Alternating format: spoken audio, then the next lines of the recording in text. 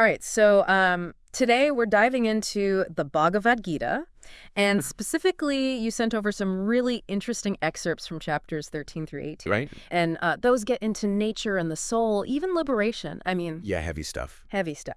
So we're going on a deep dive today, Yeah. unpacking these profound teachings. It's amazing how the Gita uses all these metaphors Yeah. to explain these really complex spiritual ideas. Right. I mean, it's meant to be like a guide for living, not Yeah. just, like a textbook that Yeah, you study. absolutely. And one of the metaphors that really stood out to me was this idea of the body as a field Yes. and the soul as the knower, Mm-hmm. right? So it's like our body is like this garden, Right. and our thoughts and actions are the plants Yeah. that are growing there. What do you make of that? Well, it's interesting because that really does get to the heart Yeah. of how the Gita sees Okay. the material and the spiritual Okay. aspects of ourselves. Right. I like the garden analogy. Yeah. But maybe take it a step further. Okay. Think about it this way. Your body is a chariot. Okay. Your senses are the horses. Uh-huh. Your mind is holding the reins. Okay. Who then is the charioteer? Ooh, that's a good one. Yeah.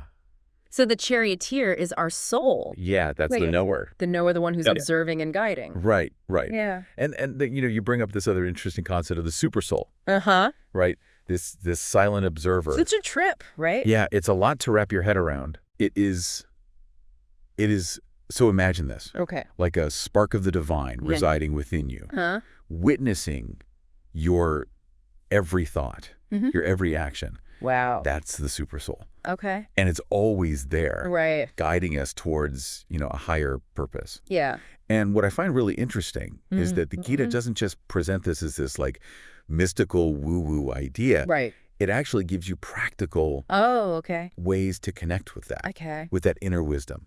So is that like through meditation or by like being more aware of our intuition or You've got doesn't to matter? practices like meditation Oh. and mindfulness. They help to quiet that constant chatter Yeah. of our minds, Right. and that creates a space for the super soul's guidance to Right. come through. So it's about getting quiet enough so we can actually hear our own inner wisdom. You got it. Right. But then there's this whole other concept of the gunas. Right. Right. Goodness, passion, and ignorance that the Gita says Yeah. influence our experience. Yeah. So how do those play into this idea of a silent observer? It is a great question. Yeah. Think of the gunas as like forces Okay. that color our perception Okay. of the world. All right. So goodness Yeah. brings clarity, Uh-huh. peace, Okay. passion that drive, and ambition. Yeah. It can also lead to, restlessness Right. and ignorance that can really cloud Yeah. our For judgment sure. and lead to suffering. Right. It's almost as if we're seeing the world Yeah. through different lenses, Yeah. depending on which guna is Okay. most prominent at that time. So how do we know what lens we're looking through? Like, what are the signs? Well, it really starts with just becoming aware Okay. of your dominant patterns Okay. and tendencies, Right. right? So ask yourself, Yeah. am I naturally drawn to, knowledge, peace, Mm-hmm. helping others? Okay. Or am I driven by ambition, Right. always striving for more? Yeah. Or maybe you're feeling stuck, Uh-huh. unsure of your direction, Right. caught in these repetitive cycles. Okay. The Gita teaches us to observe these patterns Yeah. without judgment Right. and to cultivate that guna of goodness Okay. to find greater peace and clarity. So it's not about labeling ourselves. No, not at all. But more about understanding what's driving us. Exactly. Right. Yeah. And then there's this whole other concept Yeah. of the divine nature versus the demoniac nature. Right. And it's not as simple as good versus evil, is it? No, it's not about Yeah. judging ourselves or others. Okay. Think of it more as a spectrum Okay. of Yeah. qualities. Right. So the divine nature, compassion, self-control, Yeah. a thirst for knowledge, Okay. whereas the demoniac nature Uh-huh. is marked by arrogance, Okay. anger, Yeah. disregard for ethical conduct. Right. But the thing is, we all have aspects That's of okay. both within us. Yeah, for sure. It's not like you're one or the other. Right. It's about recognizing those tendencies Exactly. in ourselves. Yeah, And then choosing which qualities we want to cultivate. exactly. Yeah. The Gita reminds us that Yeah. we have that power Yeah. to choose our paths. It's true. We are not our thoughts Right. or our past actions. Right. And that even people who maybe exhibit more of those demoniac qualities. Exactly. Can change. You can change. They have the potential to cultivate those divine qualities. That's a hopeful message. It is a hopeful message, and to contribute to a more harmonious world. It is about consciously deciding who we want to be. Exactly. Right. Yeah. And speaking of choices, the Gita offers these different paths to liberation. Right. Right. There's karma yoga, jnana yoga, and bhakti yoga. Yep. And it's not a one-size-fits-all approach, is it? Not at all. Okay. The Gita recognizes that everyone is different. Right. And each path will resonate with different people. Okay. So let's start with karma yoga. Okay. That's the path of selfless action. Okay. Without attachment to the results. Okay. So it's about showing up in the world, doing your best without being attached to the outcome. So it's about focusing on the journey and not just the destination? You got it. Right, Okay. exactly. And then there's Jnana yoga. Right. So Jnana yoga is the path of knowledge and self-inquiry. Okay. It's about going deep into contemplation to really understand the true nature of the self and the universe. Yeah. Okay. So a path of deep inner reflection and seeking. Exactly. Right. Yeah. And then there's bhakti yoga. Yes. So tell me about that. Bhakti yoga is the path of devotion. Okay. It's about cultivating love and surrendering to a higher power. So it's a path of the heart. It is. Right? Of connecting with something greater than yourself. You got it. Okay. So it sounds like all of these paths have a different approach, but they're all trying to get to the same place.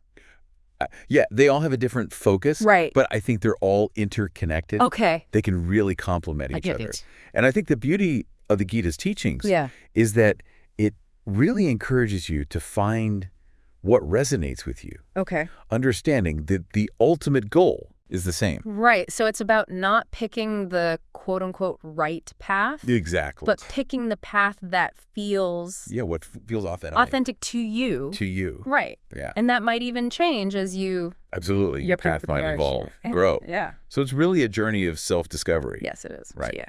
And there are going to be twists and turns. There are. Along the way. Absolutely. Okay. So we've talked about the soul, the body, these powerful forces of nature. Right.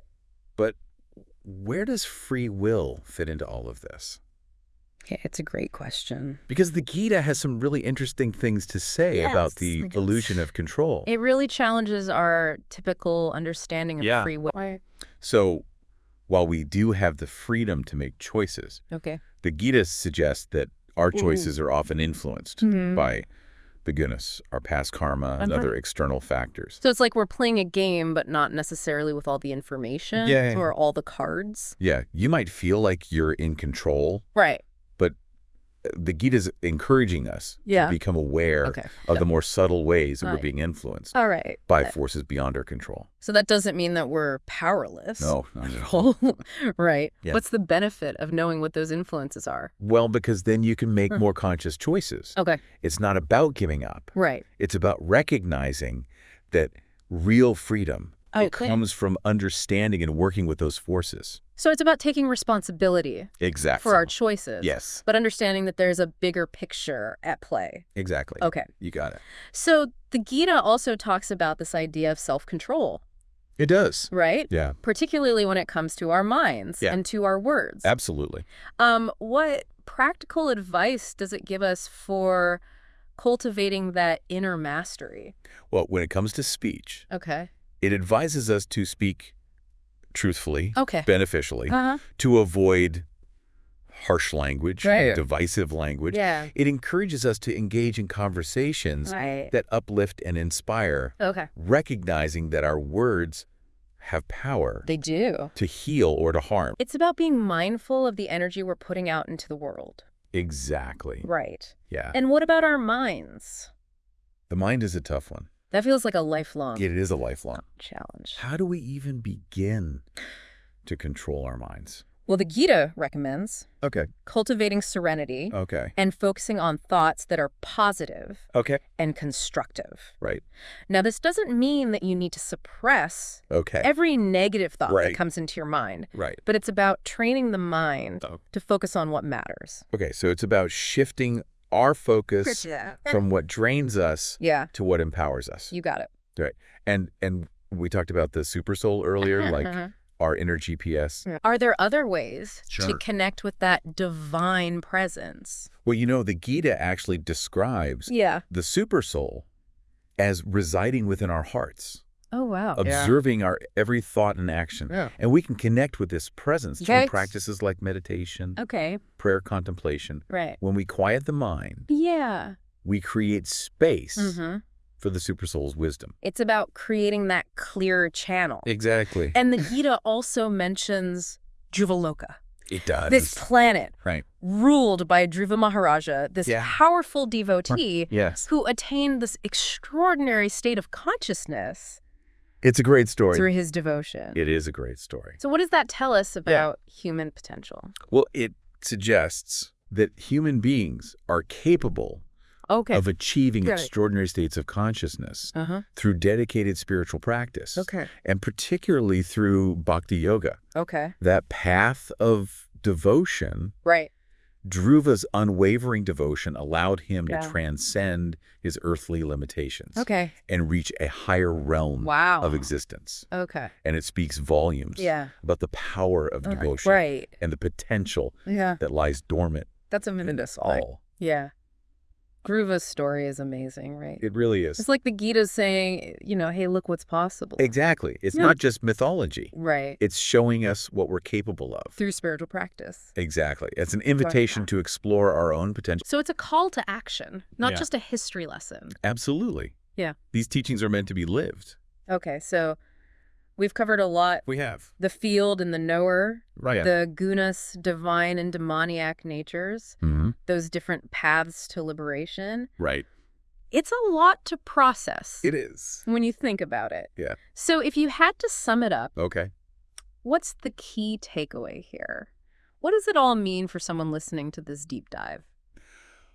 I think at its core, the Bhagavad-Gita is really a guidebook for navigating the challenges of being human. It helps us to understand our true nature, not just as physical beings, but as spiritual beings, having a human experience. It's remembering who we really are, spiritual beings on a human journey. Yes. And the journey isn't always easy. No, it's not. And I think the Gita doesn't shy away from those darker aspects of human nature. Like envy, anger, greed. We all have those shadows. We do. Yeah. I appreciate that it doesn't sugarcoat things. Yeah. You know it's real about it. It is. It acknowledges those parts of ourselves. Without judgment. And it doesn't condemn us for having those emotions. It's not about pretending we're perfect. Exactly. But it's about recognizing that we're whole. Yes. Right? We're not just the light. We have shadow sides too. And it reminds us that these more challenging emotions they often come from a misidentification with the material world. So we forget our true nature as spiritual beings. We forget who we really are. And so we attach to things, possessions, desires. And it's about looking beyond that. Absolutely. To see the deeper truth of who we are. Exactly. And when we can shift that perspective from the material to the spiritual, that's when we can start to loosen the grip of those negative emotions and cultivate more positive qualities. So you brought up something that I wanted to dive into a little bit deeper, which is this balance between action and inaction. The Gita doesn't say we need to renounce the world entirely. No, it's a question a lot of people have. How do I live a spiritual life? How do I reconcile these things? In a practical world. In the real world. And the Gita advocates for balance. It recognizes that we are both spiritual beings and embodied beings with responsibilities in this world. We can't just check out. We can't check out. We have to show up. We do. But the key is to show up consciously. The Gita encourages us to fulfill our duties, but to do so with detachment. So it's about finding that sweet spot between being present in our lives, but recognizing that our true identity is not our job. It's not our achievement. Our relationship status. Exactly. Our possessions. It's something deeper. It's about recognizing that we can be active participants in life. We can pursue goals, build relationships, contribute to society, but we do it from a place of interconnection. So it's a delicate dance. It is. But when you find that balance, yeah, it's true freedom. it is. Now, another thing that stood out to me was this idea of finding a spiritual teacher. Right. A guru. A guru. Oh. So what role does a guru play in this journey? Well, the Gita talks about the guru as being this invaluable guide and mentor on the spiritual path. I feel like a spiritual compass almost. Exactly. Someone to help us when we feel lost. And a true guru doesn't tell you what to believe. Okay. They help you to discover your own inner truth. So they help us connect to our own inner wisdom. They're like a mirror, reflecting back to you your own potential. And help you see through those illusions that might be holding us back. Yeah. That makes a lot of sense. Yeah. Now, another concept that we hear a lot about is karma. Right. And that's a word that gets thrown around a lot. It does. So what does it actually mean? Well, in the Gita, karma is presented as this fundamental principle of the universe. Okay. It's the law of cause and effect. Okay. And it's not just our actions. Okay. It's our thoughts, our words, our intentions. Everything creates an energy that ripples outward. It's like a boomerang. Yeah. Right. What we put out comes back. What goes around comes around. Right. So every action, thought, and word plants a karmic seed. Okay. And eventually those seeds will bear fruit. So we're always planting seeds. Always. For the future. Yes. Essentially. And that can feel kind of scary. It can, right? Like, are we trapped? Yeah, am I trapped by my past karma? Not necessarily. Okay. Because while we can't erase the past, we have the power to choose how we respond in this present moment. So karma is not about punishment. It's not about punishment. It's fate. It's about understanding that our choices have consequences. Exactly. And that we have the power to create positive change. And the Gita also talks about these specific virtues that we should cultivate. Nonviolence, truthfulness, compassion, self-control. And it's not just about being a good person. Right. There's something deeper there. It's about refining our consciousness. Okay. Aligning ourselves with our true nature. So give me an example. Let's take nonviolence. Okay. What does that really mean? So nonviolence in the Gita isn't just about physical harm. Okay. It's about cultivating kindness. Okay. And compassion. Okay. In our thoughts, our words, and our actions. And that's towards all being. All being. So it's recognizing that interconnectedness. Exactly. What about truthfulness? Truthfulness is about living authentically. It's aligning our actions with our words. Okay. And our deepest values. So being true to ourselves and living in integrity. And then you have compassion. Yes. Which is about opening our hearts to the suffering of others. Right. And offering kindness and support. Recognizing that shared humanity. Exactly. And then self-control.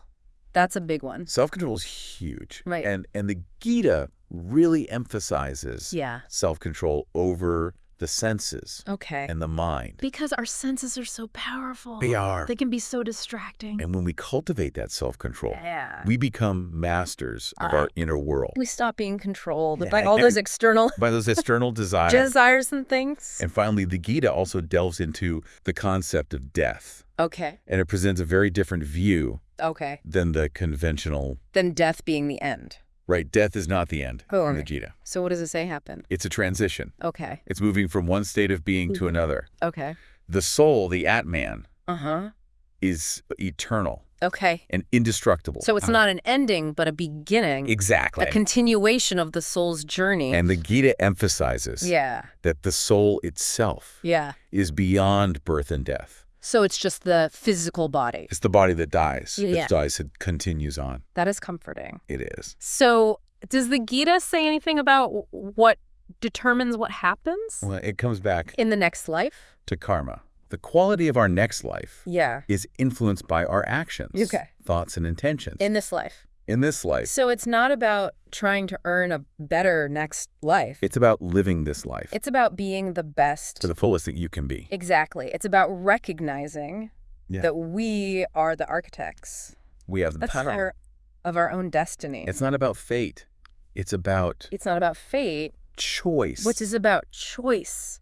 The Gita's wisdom is really incredible. It is. It gives us a perspective. It does. On life and death, Yeah. this journey of the soul. It's about embracing this present moment, cultivating those virtues. Right, living with purpose. Exactly. It's like it encourages us to see this material world differently. Yeah. Not about escaping it. But transforming how we see it.